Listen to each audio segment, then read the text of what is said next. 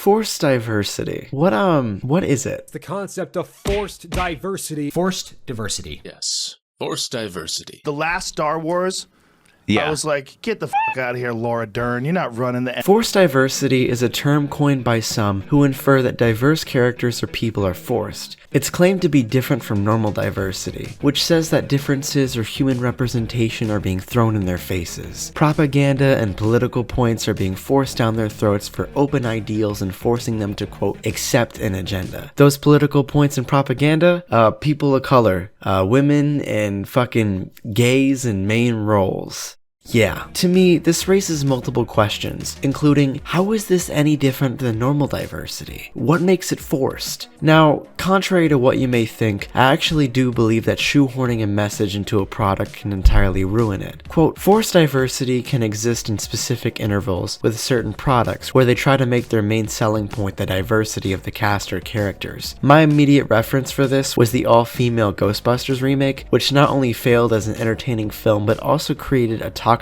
discourse of go woke or go broke. The movie had a prominent and loud advertising campaign which riled up and made people who liked the original film view the new one in disdain before it even came out. People didn't like the original Ghostbusters because they were all white men. They liked it because it was funny and entertaining. The movie's advertising gave people the mindset to judge the movie by its cast regardless if it was a success or a failure. The Ghostbusters remake was just the first domino to fall in the chain reaction of forced diversity discourse, and as we will see today, it has made people blindly criticize things for a media's cast rather than its content. We live in a world where the idea of diversity itself has become a politicized and heavily debated topic due to the past examples of some bad media with diverse casts unfairly being the precedent despite the countless good examples of diverse media existing. Instead of acknowledging the media's quality of its content, instead, we have some people arguing against studios and companies to never repeat the same mistake again. And if you go woke, you go broke. It's presented every time there is a success in Hollywood that doesn't prominently feature diversity. In reference to today, it'd be the recent success of Deadpool and Wolverine. This creates an extremist mindset of, you can't put other types of people in my product or else I'll fucking hate it. It's something I've seen a lot of forever, and I have also seen it pop up on several occasions with some of my favorite media. I'm a Star Wars fan, and while I recognize that Star Wars fans can be fucking idiots, it did still surprise me when the trailer for The Acolyte dropped, and it was bombarded with an abundance of hatred. It had more dislikes than likes, and the tweets announcing it were full of hate in the replies too. Now, you may be wondering,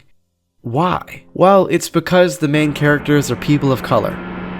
Yeah, there were a lot of complaints and immediate hatred because the antagonist is black and the protagonist is Asian. And it was like, wow, real erasure of white men from lead roles, huh? Girl power? Listen, regardless of how the show ended up being, or how you feel about the show itself, this is literal proof right here that people didn't give a shit about the quality of the trailer, but instead, because the cast was divisive, they were calling it forced diversity and saying Star Wars is dead.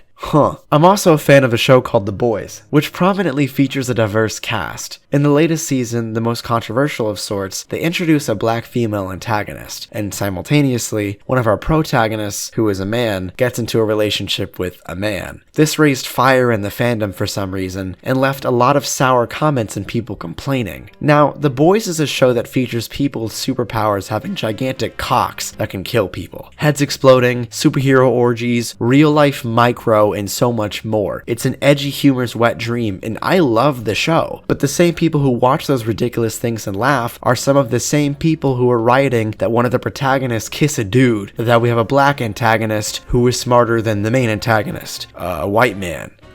Both of these shows, like the precedent mentioned previously, are victims of extremists claiming shit is forced diversity, but it doesn't play a role or influence the story in any way, it simply just exists as part of a narrative. Now, when it comes to forced diversity, it's often used as a way to one-up a viewer over the makers of a show. This claim is made to show proof or intelligence by certain people claiming they respect authenticity with a product and can appreciate something more when they aren't fully faced with an agenda. That people existing is okay, but it being forced on you is not. If it's authentic, they'll respect it, and clearly the showrunners need that person's respect since they're so high regarded. Except, once more, how do you navigate the differentiation between typical diversity and one that is intended to be forced? Quote, forced diversity is an agenda to push diversity down our throats and ruin the proportion of actors compared to the subject matter of the medium, which I think is bullshit. There can be a piece of media that is seen as mediocre with a diverse cast, but what makes it mediocre isn't the fact that it has a diverse cast, just that the product itself is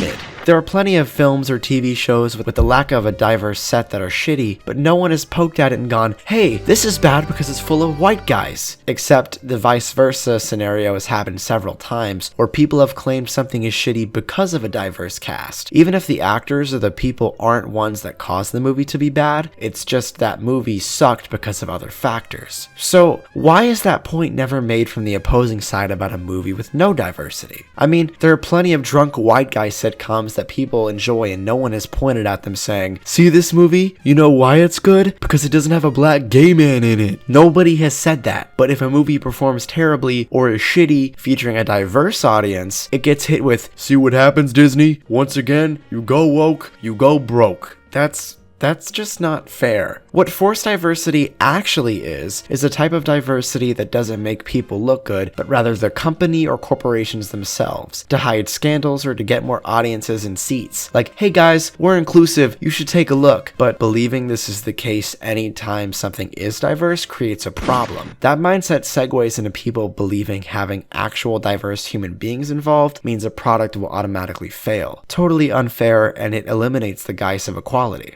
Speaking of the guise of equality, there's one thing that I believe is very important. That thing is called representation. Representation, especially done correctly. Not thrown in your face, not blatantly made the face of a character, or so they claim, but natural, developed representation. This can be the case for race, sexuality, mental checks, or anything of the sort. And I believe that a character's differences can be the plot point or a story beat, just not the forefront of their personality. Like so, a gay character can fight prejudice or hatred as a point of a story. Say they're kicked off a team, or clearly counted out from a specific scenario because of their orientation. This is a storyline motivated by their orientation, but it does not add onto their character. Instead, it adds onto their struggle. A character can be a secret agent who's married to a dude, and their relationship is casual. No one points at them and goes, look, they're gay. Or, I mean, they can. There could be a scenario where the character's family is important to them, and an episode of that show consists of a line or a scenario where they're prejudiced against or celebrated by a family member because of their orientation. Like, that character or his partner mentions that their mother isn't around because of who they are, or they actually show that happening. That kind of scenario is where representation is important and not shoehorned in. But characters can be prideful or shunned because of a minority factor without it being shoved in your face. Sometimes, once again, it adds to a story or somebody's personal struggle. That kind of story beat occurring is not forced diversity. It's a character battle, which is basic representation, and it isn't being jogged down your throat. There is a vital difference between a character wearing a rainbow dress for 6 seasons of a show versus mentioning something once. Or in another case, where representation is never actually a plot point and a character just exists. Let's take that exact secret agent show idea that we had and make the character a woman of color. The fact that they're a woman of color has never made the forefront of the story, they're just there. It's the character. Because those kinds of people exist in real life. And this show goes the entire length without her ever facing a problem that relates to her race or gender. This show can be so mainstream to where it has the eyes of Hollywood, thus meaning it is subject to all types of criticism. Then, let's say this show, despite being good, doesn't do well. You will have the same extremist audience that was aforementioned claiming, oh man, another entry into the MCU. This is the issue. Because with either of our scenarios, even if it isn't mentioned, and you point at your monitor going, oh my god, they're jamming it down our throats, down with the system. Because, newsflash, people exist. Shocker, this is representation through normalization. Every character of a show is a straight white dude for every show and every movie and everything. I think that'd be a bit of a problem because people of all types exist, and that is the truth of representation. All of these points together is what makes me take the full force statement that, quote, forced diversity doesn't exist. Because yes, there have been very rare cases where there is a product made that just try to sell you on their equality points. But that era is essentially over. They aren't being made to shove an agenda down your throat, but instead being made because there are many different types of people, despite what you think should be exclusively shown on the big screen. Saying go woke or go broke, forced diversity ruins everything and we don't need an agenda is dangerous because it enforces its own mentality, and like a virus, it is a mentality that spreads through social media and clickbait news articles. They believe having diverse characters or normal representation is a political agenda, so they boycott the products which makes them bomb in the first place. Whenever one of these pieces of media is made, there are thousands of articles, videos, and threads that claim Hollywood is trying to shove an agenda in everyone's face and why you shouldn't support it. This cycle only gets stronger as each time a media bombs, it will only give them more examples of their worldview being held true. Thus meaning corporations will be less willing to take that shot in the dark and give other people a chance. I believe that enforcing the statement of everything being forced diversity because it's mentioned or simply present is far more of a conspiracy in itself than just having people exist. Understanding the sentiment that having all types of people is important will not only benefit how you feel towards what you consume, but also how you express those opinions on the media. Not everything is an agenda or something trying to make you change your political view. The beautiful part of representation and having the world of entertainment is that everyone can be allowed a chance. Don't let the extremists believe, quote, they're coming for our lives, stop you from giving something a chance. Or do. I'm not your dad. It's so woke all the time. Everything's woke. Like, okay, sorry, I'm not with your woke stuff. I'm sorry, I can't.